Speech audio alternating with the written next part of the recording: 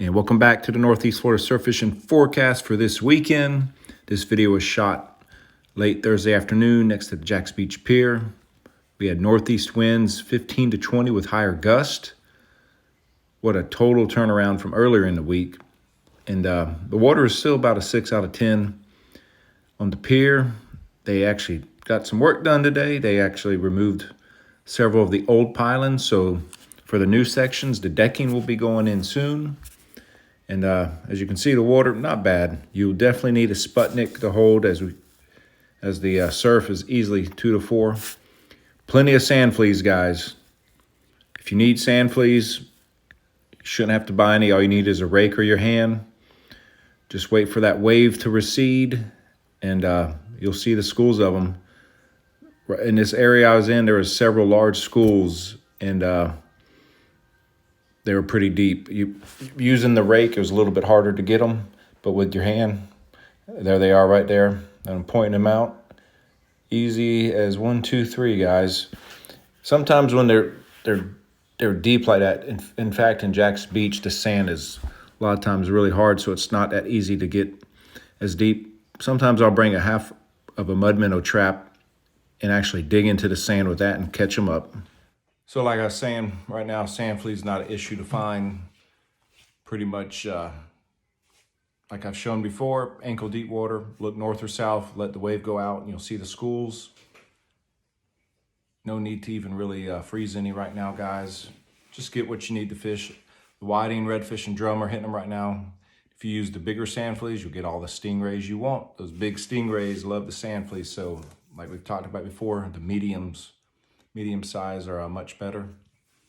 Next few days, actually Friday and Saturday, you're looking at east-southeast winds, 10 to 15, and then on Sunday, east, and it's showing like northeast, southeast, so it's going to be all over the place out of the east, but up to 20 miles an hour. So I'd say Friday, Saturday, better choice if you can. Sunday, if you have to, it's still not an issue.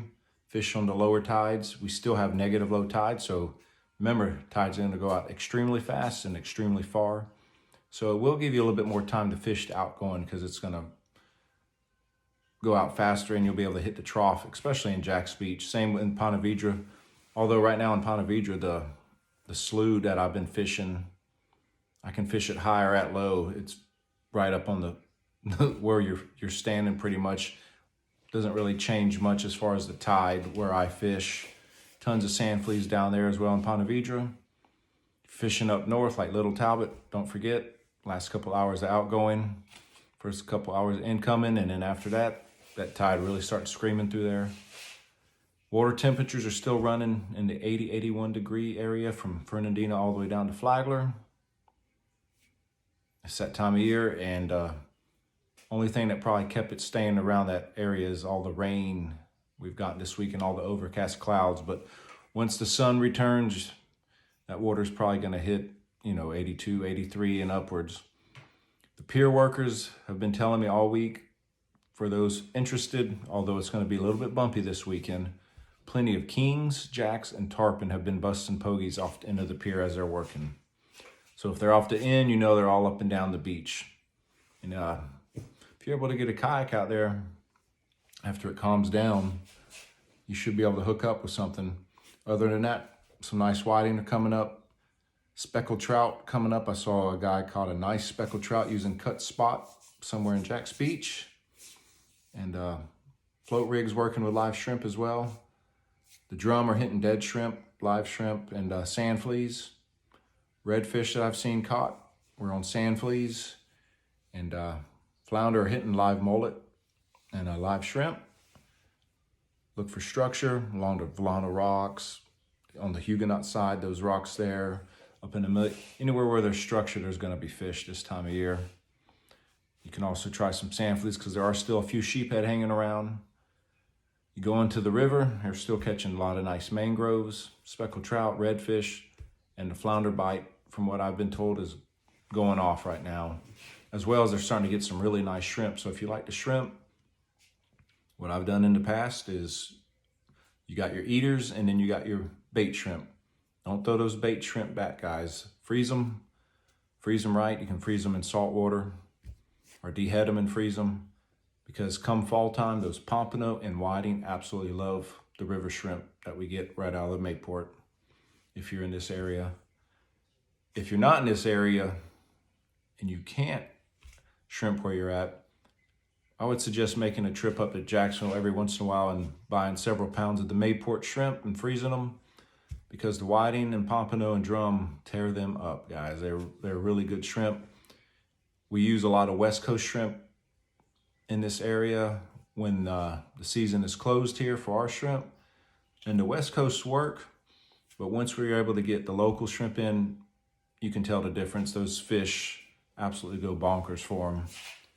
Other than that, guys, it's going to be a decent weekend. It looks like chances of rain are still there. Anytime you have that onshore breeze, you can definitely push in rain clouds, but usually they're fast moving.